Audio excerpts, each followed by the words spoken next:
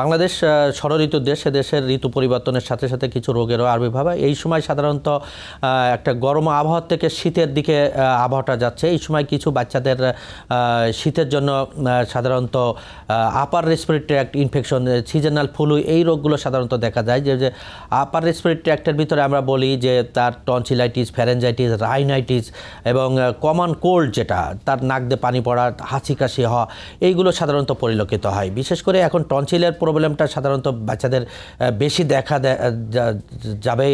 এবং যাদের asthmatic problem আছে, যে বাচ্চাগুলোর এই শীতের সাথে সাথে তার শ্বাসকষ্টের পরিমাণটাও বেড়ে যেতে পারে। তাই ইনিশিয়ালি এই আগাম শীতের আগমনী সে আমি অ্যাজ এ চিকিৎসক হিসাবে বিশেষ করে গার্জিয়ানকে বলবো যে এই সময় সাধারণত এই আর্লি মানে এখন এই আর্লি পর্যায়ে রাত্রের প্রথম প্রহরের দিকে সাধারণত গরম পড়ছে। এই গরমে আমরা সাধারণত এসি এবং ফ্যান ছেড়ে দিই এবং লেট নাইটে সাধারণত কিছুটা শীতের পরিলক্ষিত হচ্ছে। তা বলবো যে আপনি আর্লি নাইটে যে এসিটা পরবর্তীতে লেট নাইটে বন্ধ হচ্ছে কিনা, আপনার বাচ্চা প্রচুর পরিমাণে শীত হচ্ছে কিনা, এগুলো সাধারণত দেখতে হবে এবং লেট নাইটে ফ্যান এবং এগুলো বন্ধ করে দিতে হবে। আর যেটা হলো বাইরে এখন কুয়াশার কিছুটা দেখা দিচ্ছে, এই ক্ষেত্রে জ্বালানাগুলো বন্ধ রাখতে হবে যে কুয়াশাগুলো যাতে ভিতরে না আসে।